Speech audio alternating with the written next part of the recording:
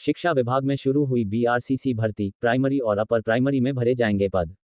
राज्य के प्राइमरी और अपर प्राइमरी स्कूलों में समग्र शिक्षा अभियान के तहत बीआरसीसी यानी ब्लॉक रिसोर्स कोऑर्डिनेटर की भर्ती प्रक्रिया शुरू की जाएगी।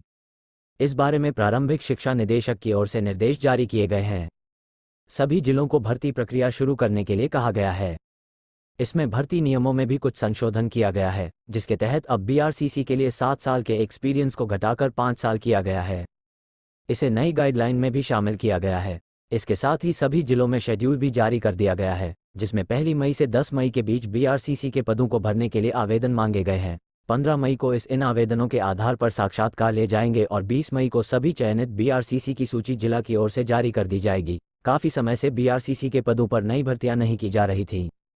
इसके साथ ही कई ऐसे जिले हैं जहां पर कई शिक्षक सालों से बीआरसीसी के पदों पर डटे हुए थे। हालांकि बीआरसीसी के पदों पर नियुक्तियां 3 साल के लिए ही होती हैं, लेकिन सांठगांठ के चलते शिक्षक कई सालों तक इन पदों पर डटे रहते हैं। ऐसे में अब नई भर्तियों में नया संशोधन किया गया है। करीब 2 माह पहले भी शिक्षा विभाग में ब्लॉक रिसोर्स सेंटर कोऑर्डिनेटर यानी बीआरसीसी के पद पर नई नियुक्तियां करने का फैसला लिया था। इसकी वजह यह थी कि इससे पहले इन पदों पर नियुक्त शिक्षक 3 साल से ज़्यादा का समय पूरा कर चुके थे। इसलिए नई नियुक्ति के लिए भर्ती विज्ञापन और नोटिस भी जारी कर दिए गए। सभी जिलों में ये प्रक्रिया भी शुरू हो गई थी। इसके लिए नियुक्ति के नियमों को भी प्रारंभिक शिक्षा विभाग ने अलग से विज्ञापित किया था, लेकिन बाद में इसे रोक दिया गया था।